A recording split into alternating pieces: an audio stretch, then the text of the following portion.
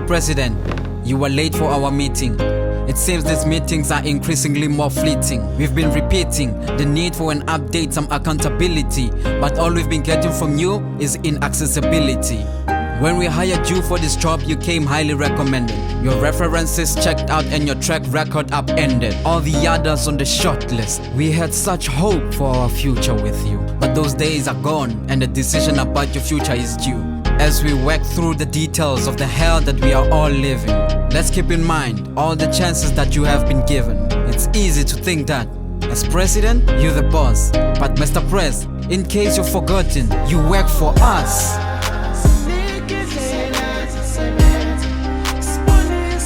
You work for us.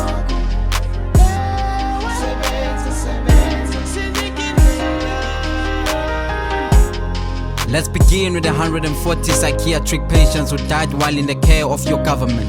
Has anyone been charged or fired for breaking your covenant to protect and to serve the people of our land, especially the most vulnerable who needed help to stand? There is a commission of inquiry which I will deal with in a while. But the evidence has shown that your leaders were responsible. Endless judicial inquiries do nothing but delay the inevitable. You are giving the villains in the story a place to run and hide. And remember, for the victims' families, justice delayed is justice denied. You have failed them, Mr. President. And when you said you cared, you lied. The next item on our list is the capture of our state. You've had the report for months, so what have you done to date? The factual findings made by a commission of inquiry do not bind the president. Nothing is the answer. So many of the guilty are still in positions in your government and party. Your lovely words about being tough on corruption are just that, lovely words with no implementation. Justice needs to be seen to be done, Mr. President. Your inaction affects everyone in our country, every single resident.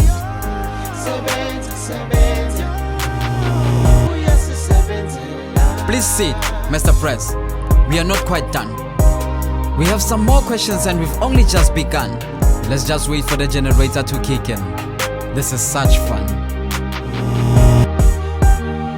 What can you tell us about our country's electricity supply?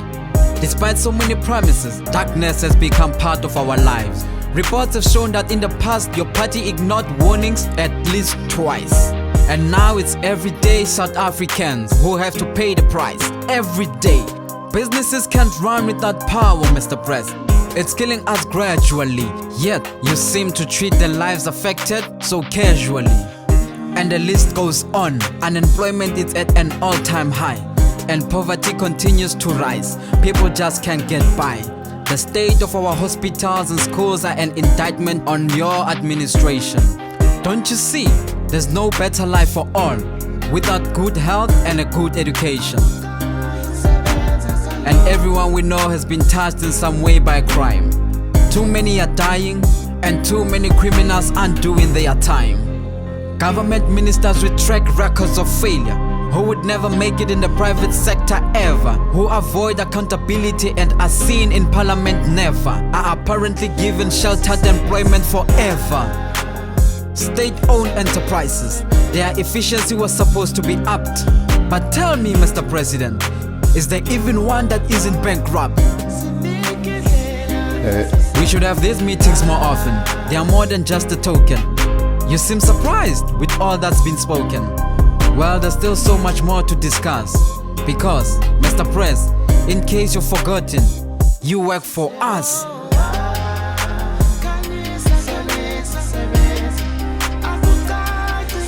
You work for us.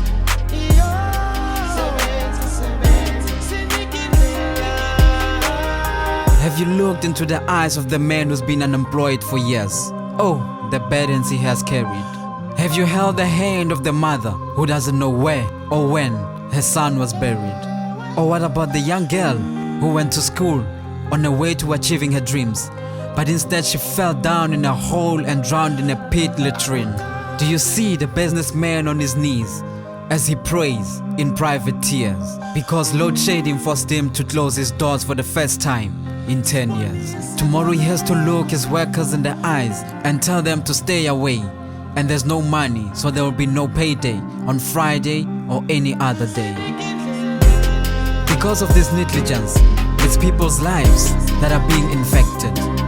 But just wait, because when it's voting time, it's their pain that will be reflected.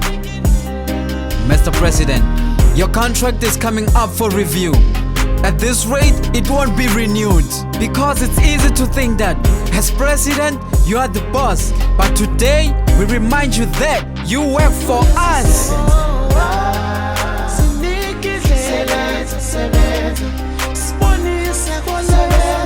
Your job security is pending.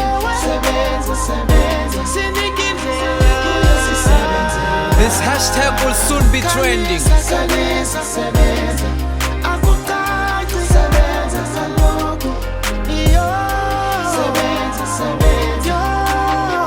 You work for us. Your contract is coming up for review. At this rate, it won't be renewed. You work for us. Your job security is pending. This hashtag will soon be trending. You work for us.